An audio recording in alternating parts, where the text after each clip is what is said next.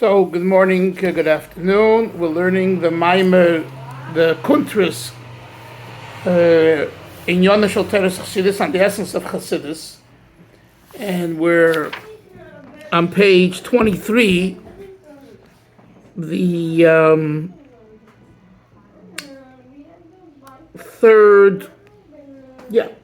point number 3 of why it was necessary at the time when the Baal Shem Tov introduced Chasidus to study Chasidus. I did want to mention regarding the second reason that we learned yesterday.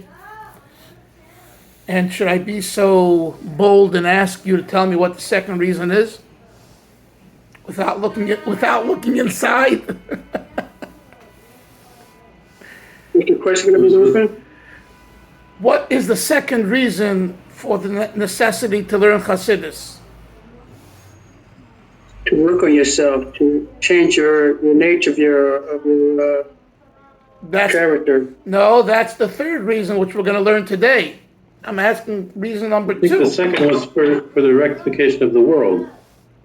That the world also needed the Chasidus.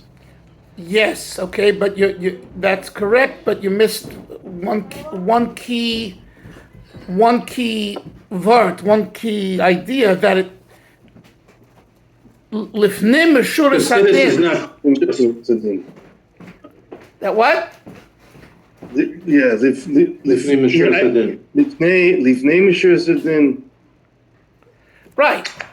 The purpose of which is litakin es ha'olam, but the emphasis on the second reason is the idea of lifnei meshuras hadin. I just want to add to that.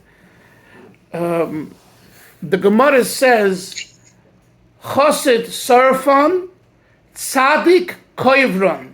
I just want to give you the quote. The Gemara says, a chosid burns the nails, the parings of the nails, right? And a tzaddik buries them, from the word kaver, kovron. What do we understand from this? That if you're a tzaddik, what does the word tzaddik mean? Righteous. In what way are you righteous? The normal path of being righteous.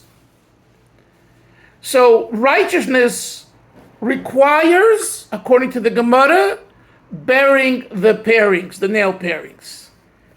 Chosid, the Gemara says, but someone who is a chosid is serfan. Now, really, I mean, like, what would come first, chosid or tzaddik? According to like simple Gemara and halacha, tzaddik should be greater than chosid. But the Gemara is saying no, and that's why Chabad Chasidus understands it that way. Well, the Gemara is saying no. In this case, the title chosid is greater than a tzaddik. And why is that? Because the person is completely selfless, that he goes and does something that he himself doesn't really need, but he does it for someone else. Okay, I just wanted to clarify that. So let's go now. Yes.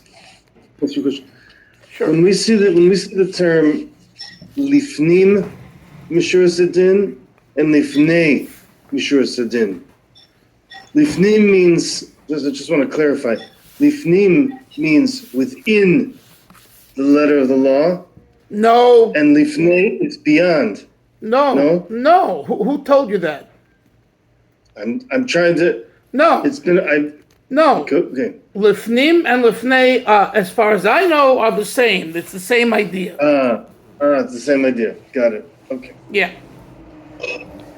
There is din, or sometimes they add the word shurat hadin. Shurat means the path of din, which, and lifnim means beyond. Not within. Within would be is din. Beyond din, greater than din. Transcending din, which means lifnim meshuras hadin, to do something you're not obligated to do, required to do, but yet you feel motivated to do it because this really goes beyond It shows that your commitment is not just legalistic. There's a lot of legalistic Judaism, a lot of legalistic Chasidism.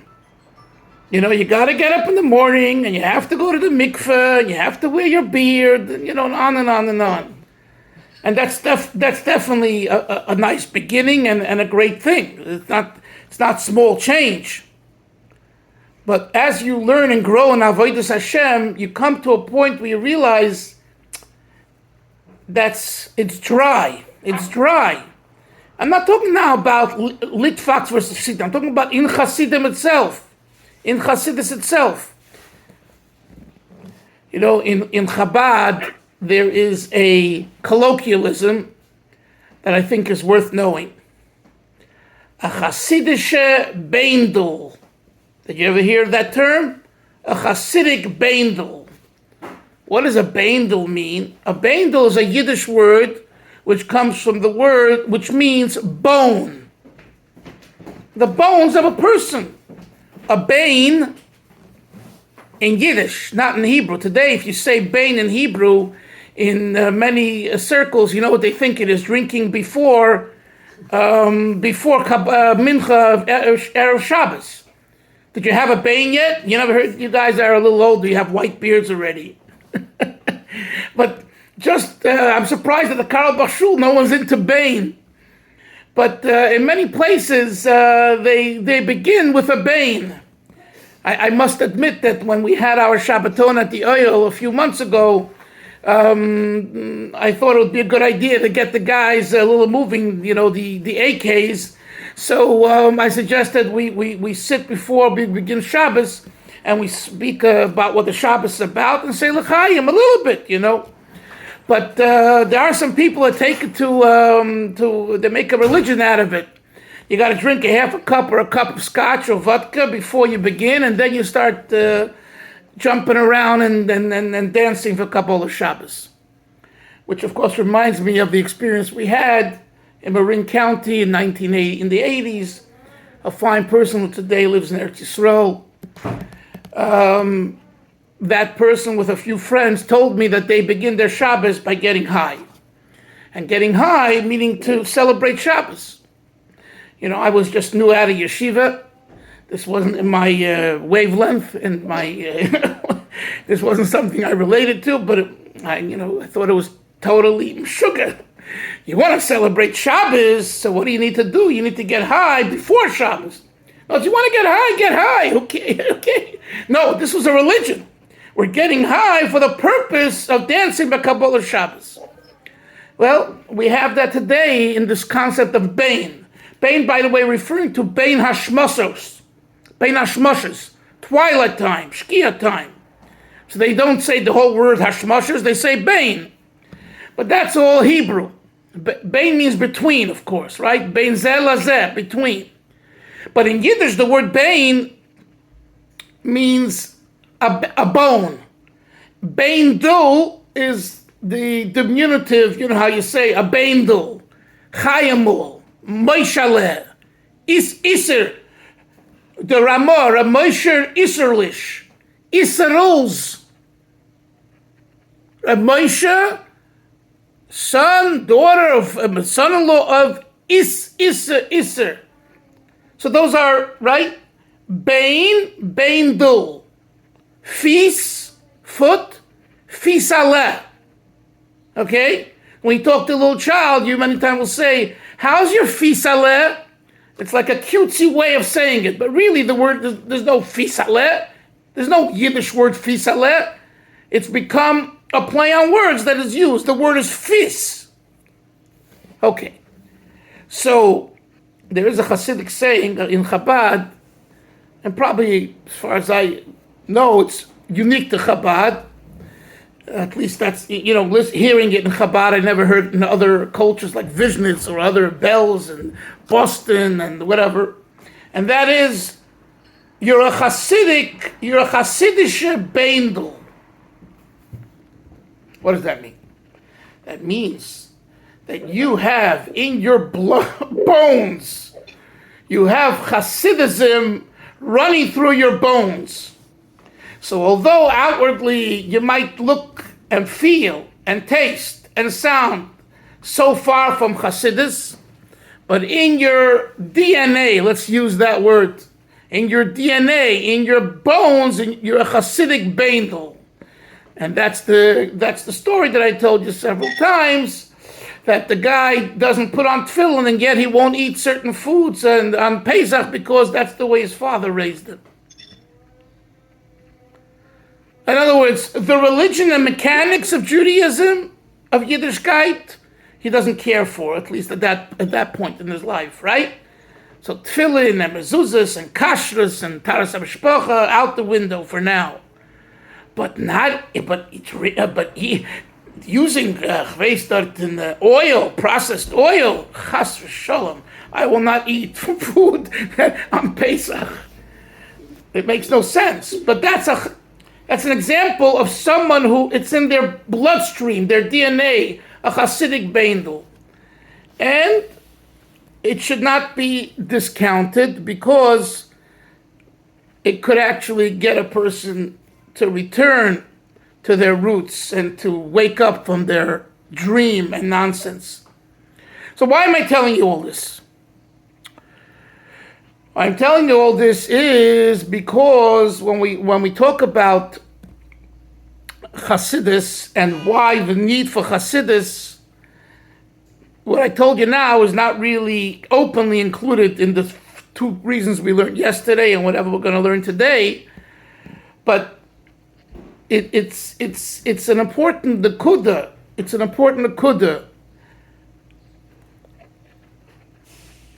And if our children and grandchildren and families get this in their youth, it goes a long way. It goes a very long way. And you never know when it will come out, but it goes a very, very long way. You know, it could be 40, 50 years later, and they're elsewhere, and they wake up one morning, they say, who am I? Where am I? What am I doing with my life?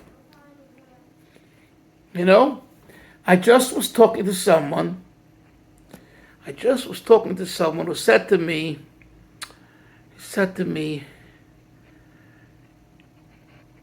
he said, oh, I remember when I was a young boy, the way my grandparents behaved, my grandfather, and although I went a different direction, it felt and feels very warm.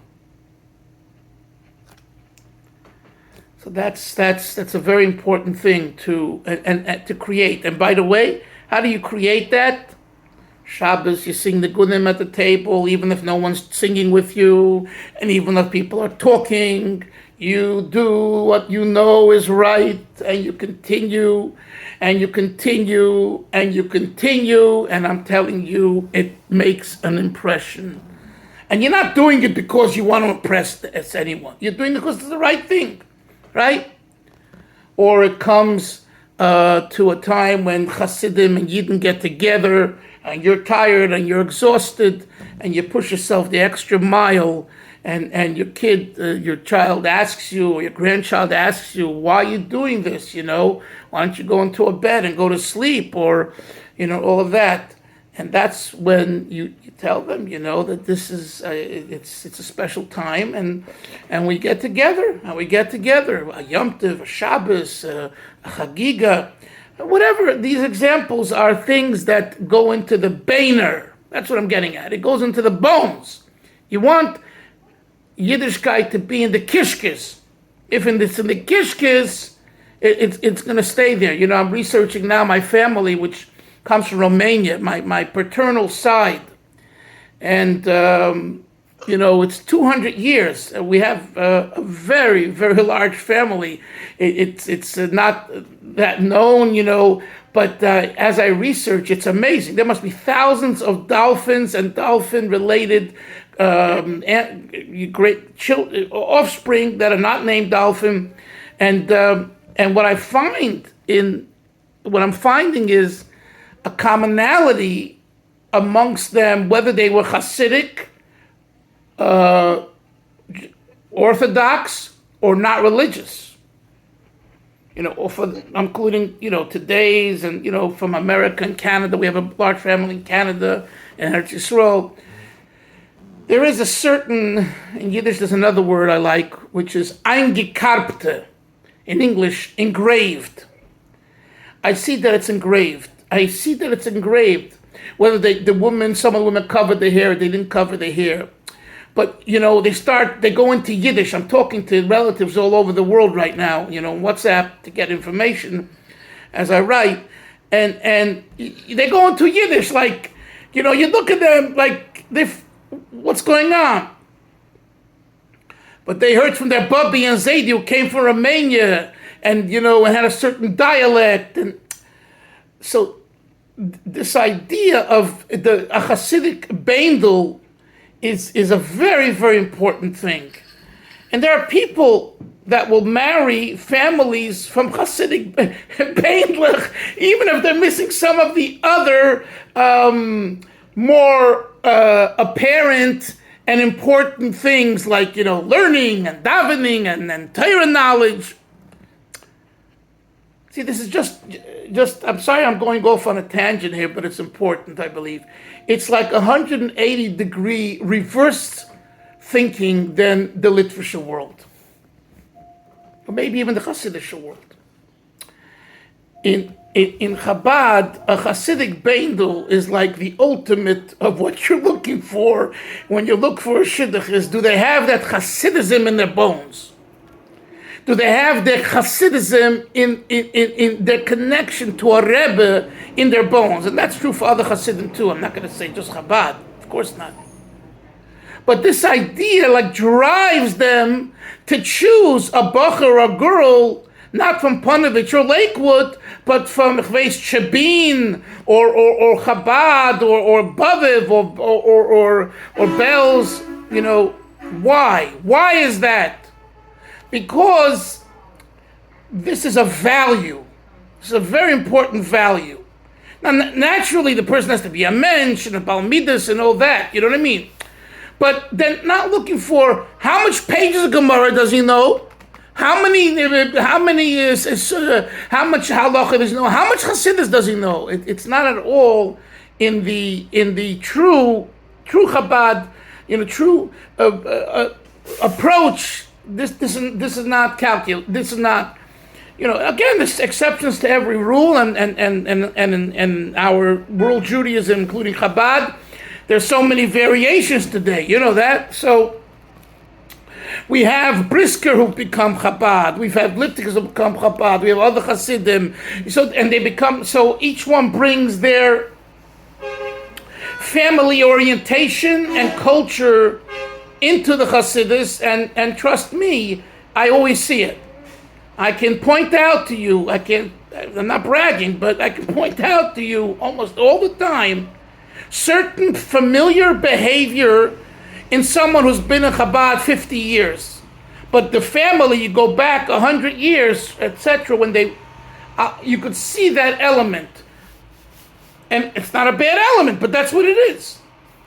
So, for example, we have a group chat between us Bacharim when we shlichus in Los Angeles, and there's some that are always comment very disciplined, very rigid. Knowing where he comes from, I understand it. In other words, his background, family for 100 years, this was the approach. My background for 100 years, and we aren't from Chabad, we're from Vishnitz and from Romania, from that part of the region, has a whole different orientation, a warmer orientation, whatever, more sincere orientation. Both are good, but it's two different worlds. Yes, Moshe.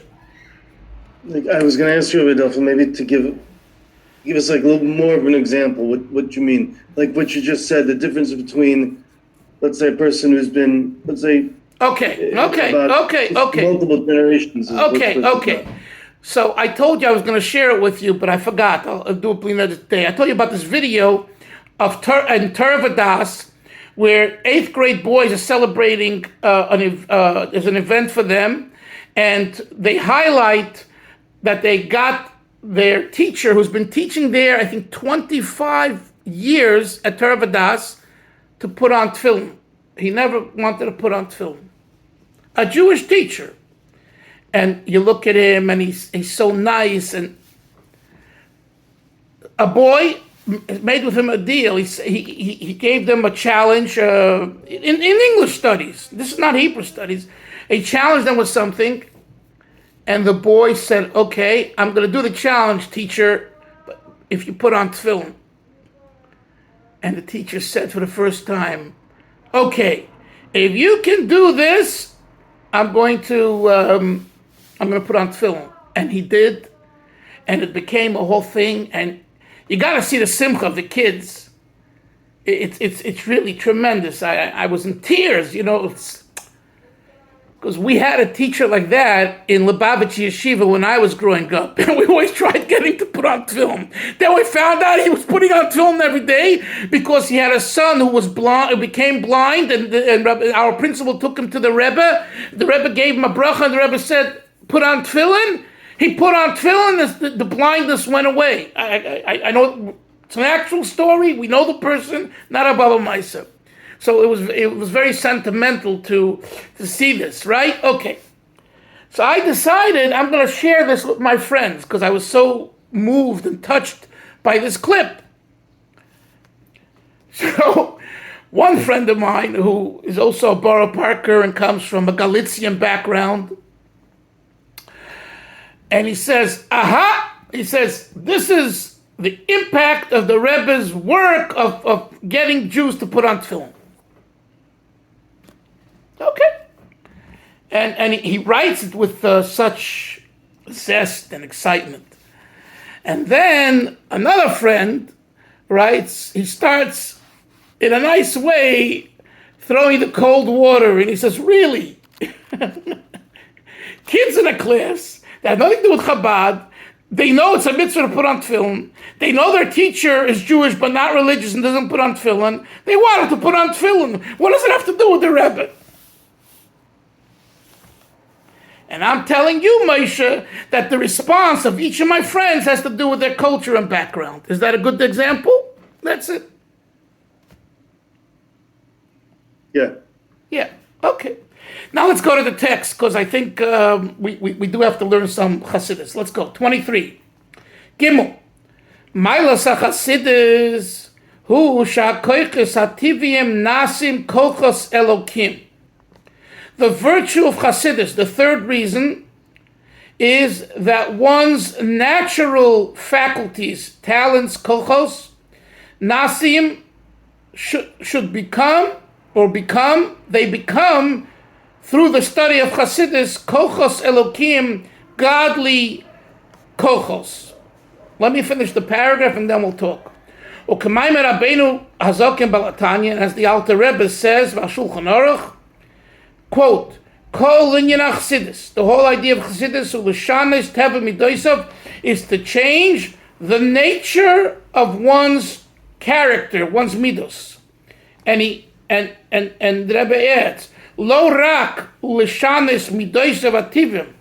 Chasidus did not come just to change the natural midos, Elagam, but also the nature of the midos. So we have two things, Chavra, okay? Listen carefully. We have Teva HaMidos, and we have Midos Tivium. Midos Tivium means, whatever midah is natural for you. Do we need the Chasidus of the Baal Shem Tov to teach us how important it is to change natural midos, which might be unhealthy and all that? No.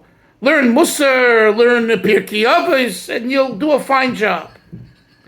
Chasidus came along, Yonason, and tells you that even if you have nice midos, but if they're natural isser, you have to step up and elevate them to go beyond nature.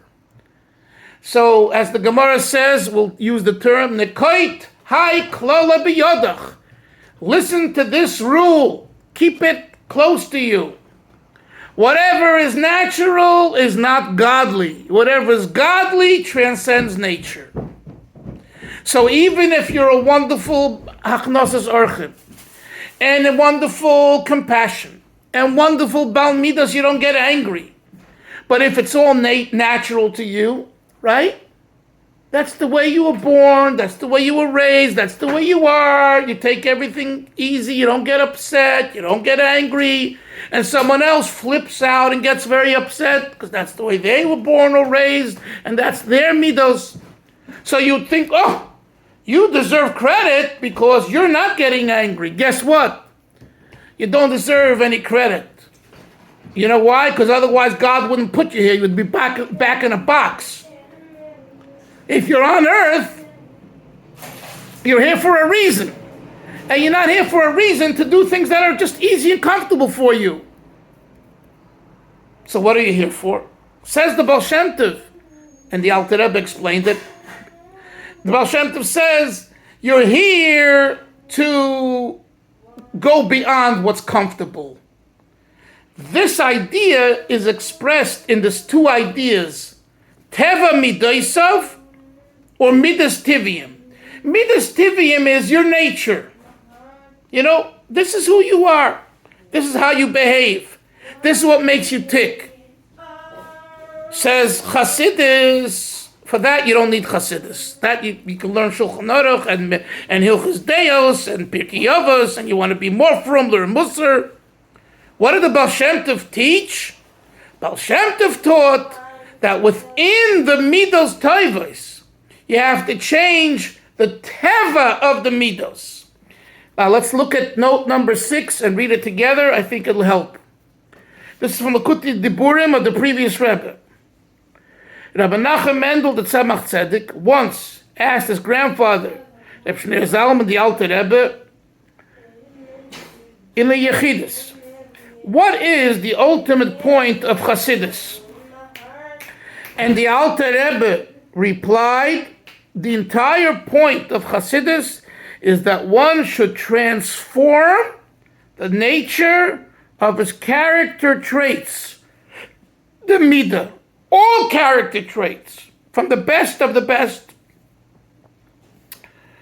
It should be noted that the question was, what is the ultimate point of Chasidus, and not what is Chasidus? Right? He didn't ask him what Chasidus is, Avram. What's the point of Chasidus? Let's continue. The Tzemach Tzedek knew what Chasidus is, and that is a divine level of wisdom, the inner dimension of Torah. That's Chasidus. His question was, what is the ultimate point of Chasidus? And it was to this question that the Alter Rebbe answered that, quote, the entire point of Chasidus is that one should transform the nature of the midos. Now, everyone understands with absolute clarity the difference between his natural midos and the nature of his midos. That much requires no explanation. Chasidus demands of everyone, one who studies its teachings, that he should transform the nature of his midos. Chasidus is not only a schoolmaster who teaches one how to transform the nature of his midos, but a discipline that demands concrete action. In other words, like this, you might think, let me explain the last point, sir. You might think, okay, the point of Chasidus is to change the nature of your midos. In philosophy, the last point is no, not in philosophy, practically, of course philosophically too. But practically in Maisa, there has to be a change in the character of the midos.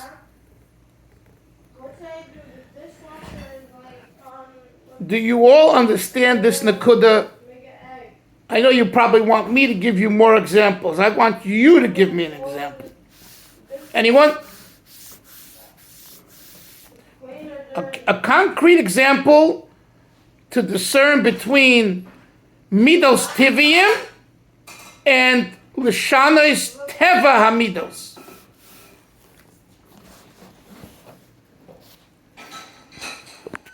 Don't be bashful now. I can see it's easier for a person who has a bad meter to transform it. For example, a person has a normal tendency to be, he gives tzedakah, but he gives just the exact amount. He's a little bit miserly. He has to change to the point where not only that he gives more on his level, but he wants to give more.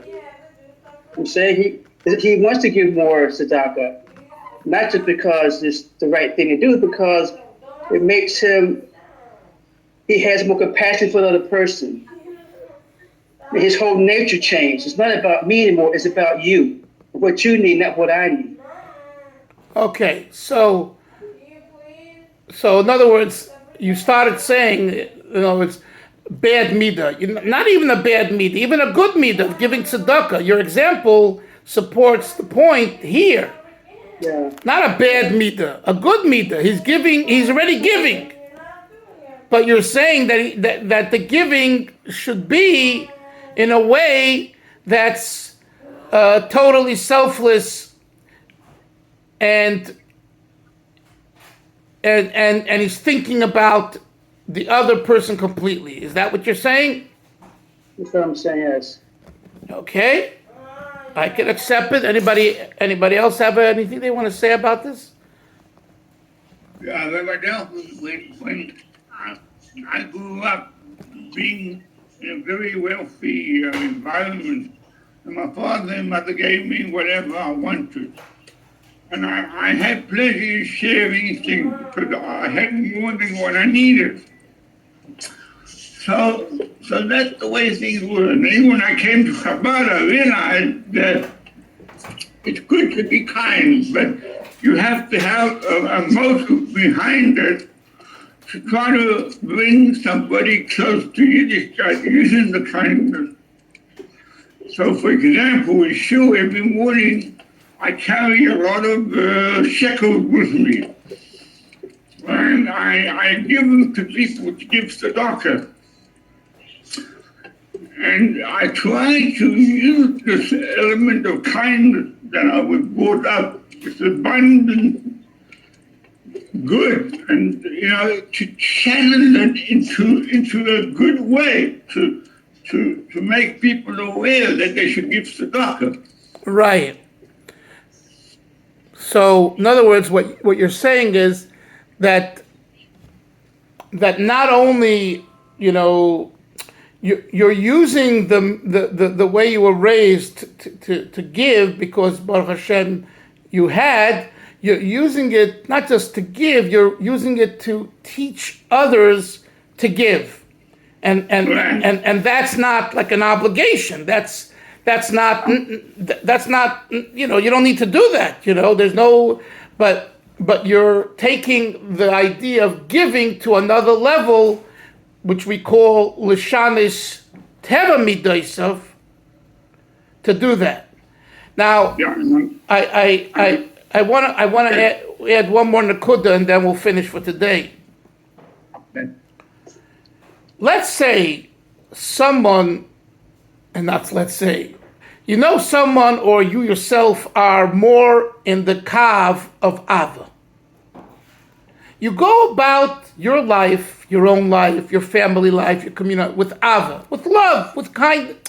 You know what I'm saying? You're not like someone is not standing up at Shabbat Esrei. You have a sweetness, and you really have an Ava. Now, when this person whose nature is Ava needs to display Yira, can they do it? And you know what the answer is? The answer is normally they can't. In behavior, you can. That's behavior, right? And there's something to say about behavior modification, bottom line, I understand. But we're talking now about in Nefesh HaAdam, inside ourselves. It's very hard to be a disciplinarian if you don't have it in your DNA. I see this the whole time. I want to give you an example from my Rebbe, Rabbi Yoel Kahn, who was, the genius and the Chassid. He never took attendance in yeshiva because that wasn't him. He never told a bacher, why'd you come late? And the people who hired him knew this about him. They knew that you're talking to a wall. That's not who he is. That's not what he's about. He's about teaching Chasidus, talking about Hashem and a Chassid, and from that you get inspired. You say, I'd like to be like that. But ask that same person to mark a test or to write down if you're late, it ain't going to happen. Because that particular midah is not who the person is. And this is true for each and every one of us. I see it, with children and grandchildren, how they raise their families. It's easy for me to look. Now I'm on the outside, because I, Baal Shem, have raised my kids. So I look at some of my kids and I could see, based on who they are, with their character, which, we raised, my wife and I and all that, and we created.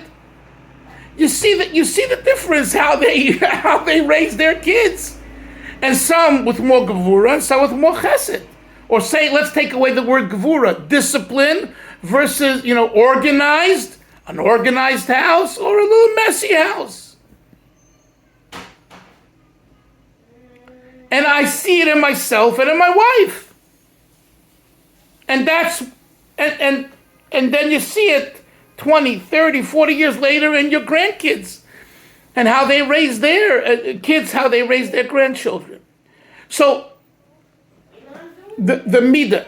And so if someone is a Baal Yira, Rosh Hashanah Yom Kippur comes, they say about a certain Chabad family, they were great the month of Tishrei.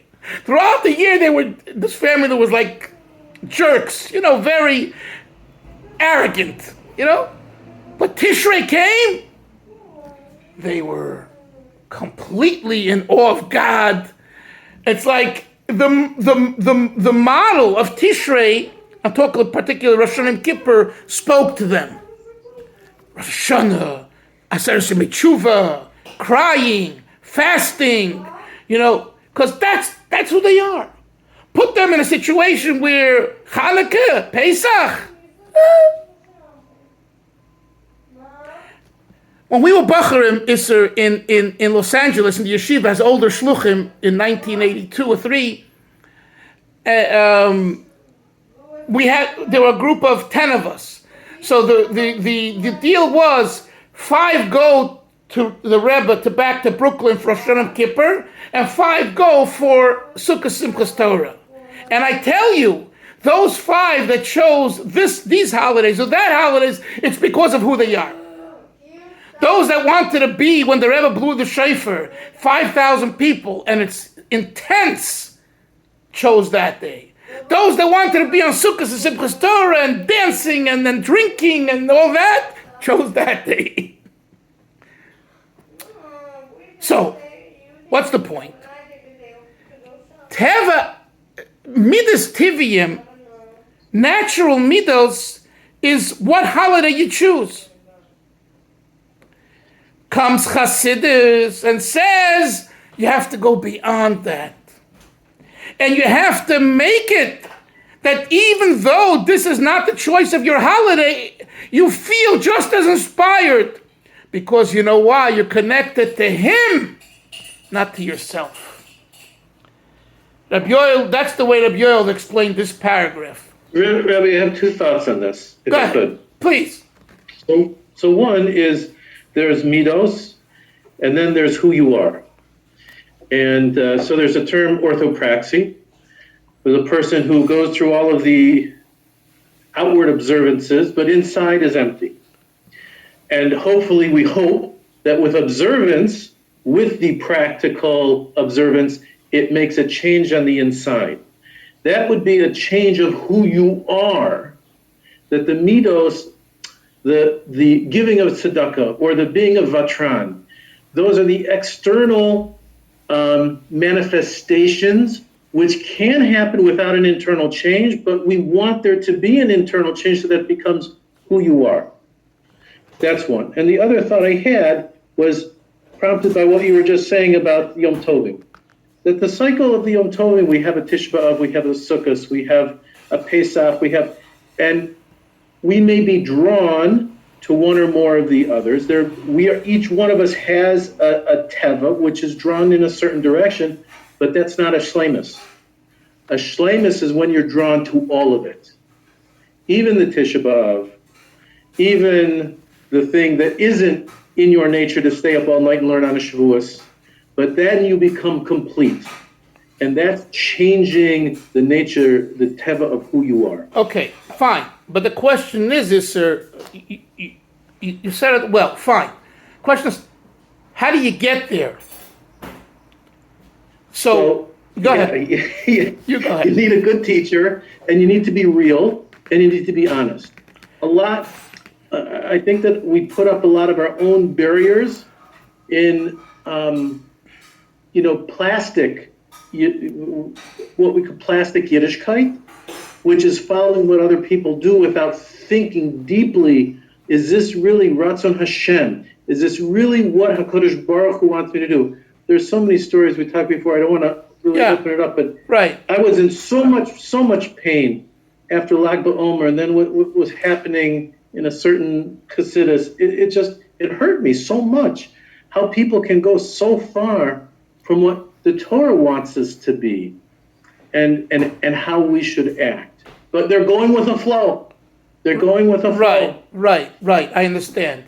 So to summarize, your Nakuda is the way that Yoel, I didn't get a chance to summarize this third Gimel, this little paragraph Gimel. He said, this is the difference between serving God or serving yourself. Serving yourself means choosing one Yom Tov over the other. Yeah. Serving God, you use the word shleimus. I'm just serving God. It's all the same, and you come to a point where you feel. Tell me, like the Baal Shem Tov says, it's all the same. Like exactly. Good. Yes, 100%. You said it well. He quoted the Baal Shem Tov, the first teaching in Kesser Shem Tov, is Hashem b'simcha, equanimity, and all that. It's true. It's true. What we're learning today is that this is the idea of not. In other words, most people, they walk away satisfied to have good midos. If I can have a good midah, believe me, I've accomplished so much. If this particular issue, let's say haughtiness, gaiva, for me is difficult, and I control it, and I work on it, and I compress it, whatever, all that, hey, I'm a star. I've done so much. Comes along the Baal Shem Tov, and Baal Shem Tov says, you are a star, but you're not a Hasidic star. You're a Jewish star. And believe me, that's gewaldig. But you don't need Baal Shem Tov. That's the point. We have to stay focused on this country and what he's teaching here. And the message is, what is the point of Chasidus? So yes, you're a star. If you can control yourself in this area, that area, and really, it's gewaldig. But you don't need Chasidus for that. You don't need the Baal Shem Tov for that. The Baal Shem Tov teaches in various ways and in various systems through Klalis Chasidus and Chabad Chasidus and Breslov Chasidus, everyone in their own way, and we'll talk more about that as we continue. Because this is a kuntis of Chabad Chasidus, and he's teaching us that that's not a Hasidic star. That's a Jewish star. A Hasidic star is this what Isser mentioned earlier, the Shleimus concept, where it's all Hashem. In other words, you feel, and therefore, what your nature is not relevant. is who you are have become God. And this is a big avodah. This no one says it's an easy avodah. It doesn't come just from, like Isser said, doing what everyone else does.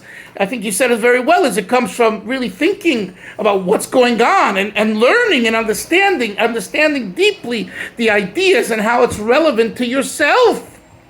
Then you can make a dent, and that it's really, you become a Hasidic star. You go beyond the comfort zone within the self. And that's what it's about. Chevra, we'll learn Im Hashem Monday. Have a great Shabbos, everyone. Sei gesund. Take care. Bye-bye. Shabbos. Take care.